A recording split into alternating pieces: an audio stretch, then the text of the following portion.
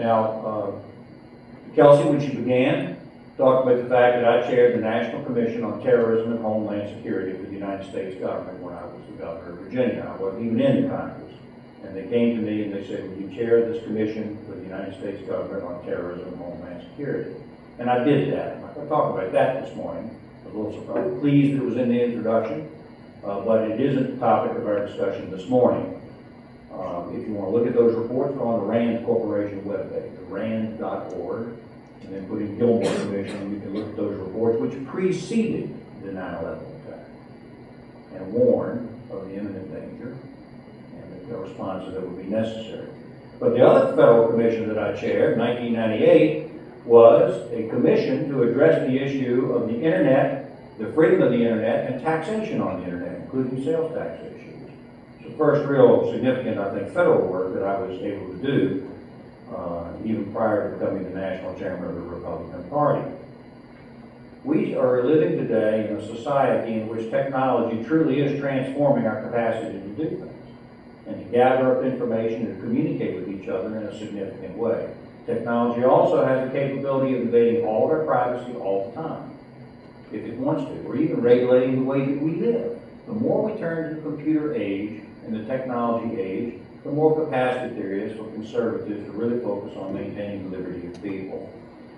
You know, in terms of cameras, you might notice that technology has now created the opportunity to have a camera everywhere. The 9/11 attack created the excuse for having a camera everywhere. Oh, well, we're not really trying to watch you, we're just trying to make sure that Al-Qaeda isn't in the ballroom today or the street corner tomorrow. I remember that there was red light legislation in Virginia when I was governor that was designed to watch all the intersections, and I vetoed that legislation. And people said, why? It's all their money. We just want revenue. We want to get people's fees and fines from the red lights. And I said, yeah, but there's a larger issue here. I don't want young people in Virginia growing up just getting accustomed to the idea that when they're on the public streets, that they're being watched by the government.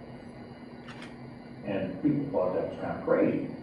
Because after all, government is about cash, not about liberty. Well, in CPAC, it's about liberty. We have a rise of a media society today, which has an enormous influence on society. We have seen it in the presidential election. It permeates everything. Today, the networks, the newspapers, and particularly the cable TV channels want entertainment, not policy, entertainment. They want the best one-liner, the best guy that, you know, is amusing. Because you got to entertain 24/7 around the clock.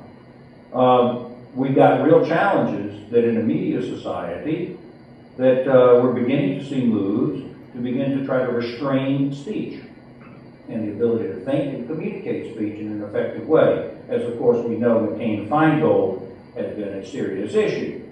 And look, I'm not against John McCain being the nominee. I want to make that clear. I think that we can run together, and I think we'll do just fine in Virginia. But I'm not for McCain-Feingold. In fact, McCain-Feingold must go. I don't care what the Supreme Court says. It's unconstitutional. It is a violation of our First Amendment rights. And that is the reality. Now, before I take up all the time from the other panelists, let me just touch on 2 or 3 quick issues. Number one, we have an emerging issue in the telecommunications law, something that actually we left behind several years ago, the Fairness Doctrine. Fairness Doctrine was being used by the left to make sure that when we began to get, for the first time in history, began to get our ideas out on talk radio, and even on some of the TV channels, they wanted to make darn sure that that was restrained. If we put forward a good idea through Rush Limbaugh, they wanted to make sure that they got a chance to put one out there on with Al Franken. They overlooked something very significant. There's just so much media today in America. Really, America is very different than it was even 15 years ago. So much media. You don't any longer just have to go to the New York Times editorial page or the Washington Post editorial page, which I can assure you is very hostile to a candidacy such as mine. It isn't just them. Or the network news, which used to drive me nuts when I listened to Walter Cronkite and people like that, the way they presented the news, the way they presented it. Now you got all kinds of outlets. And the notion under the Fairness Doctrine that one outlet must give equal time is not right. because the people of the United States can get fair access to information from the entire body of the media age. But yet the fairness doctrine seems to want to make a comeback. Now, secondly, there's the issue of net neutrality. Now, we're taking this fairness doctrine and people begin to say, we've got this problem now. Conservatives are getting to talk here on the internet. It's a problem. Bloggers, lots of information. As a matter of fact, my experience with the internet, just like yours is, it is absolutely unlimited. You can't control the internet to save your life. Anybody can talk anywhere at any time. It actually puts a greater burden of citizenship on us to discern the crazy from the real. But nonetheless, it's there for everybody to see. But yet, now we're beginning to see an emerging doctrine called net neutrality. The left would like to try to find a way to say that if a person puts a conservative idea right there, then the carriers like Verizon or Comcast or people like that must allow them to have equal time. Now, I suggest to you that just like in the fairness doctrine, we should reject this because plenty of information is out there and we don't need government regulation. When I chaired the National Commission on the Internet and Sales Tax Issues, it was a commission that I assure you was set up to control the Internet through taxation and to tax the Internet. That's what it was for. A funny thing happened on the way to the report of the Internet Tax Commission. The business community and the conservatives, like me and Grover Norquist and others, got together and elected me the chairman, and after 5 years of work, 3 years of work, 5 years of work, a long time, years of work, the commission issued a report.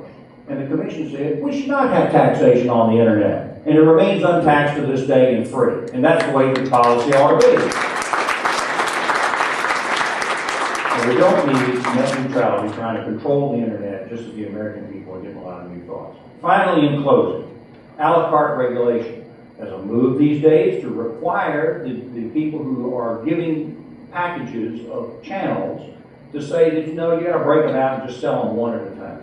Well, I can assure you that there's some thought out there that it's an opportunity to present itself, particularly religious and Christian stations, because in fact they are within a bundle pact.